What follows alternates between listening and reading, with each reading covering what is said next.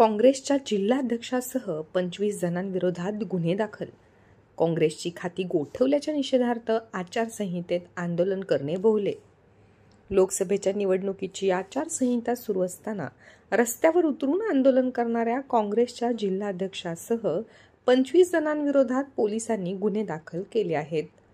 काँग्रेस पक्षाची खाती गोठवून काँग्रेसला 800 कोटी रुपयांच्या आयकराची नोटीस देण्याच्या निषेधार्थ काल 31 मार्चला काँग्रेसचे जिल्हाध्यक्ष माजी आमदार राहुल बोंद्रे यांच्या नेतृत्वात बुलढाणा येथील जयस्तंभ चौकात केंद्रातील भाजप सरकारविरोधात निषेध आंदोलन करण्यात येऊन घोषणाबाजी करण्यात आली होती.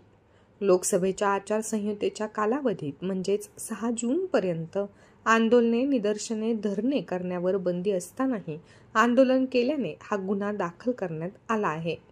राहुल बोंद्रे, संजय राठोड, दत्ता काकस, लक्ष्मणराव घुमरे, संतोष आंबेकर यांच्यासह इतरांविरुद्ध गुन्हे दाखल करण्यात आले आहे.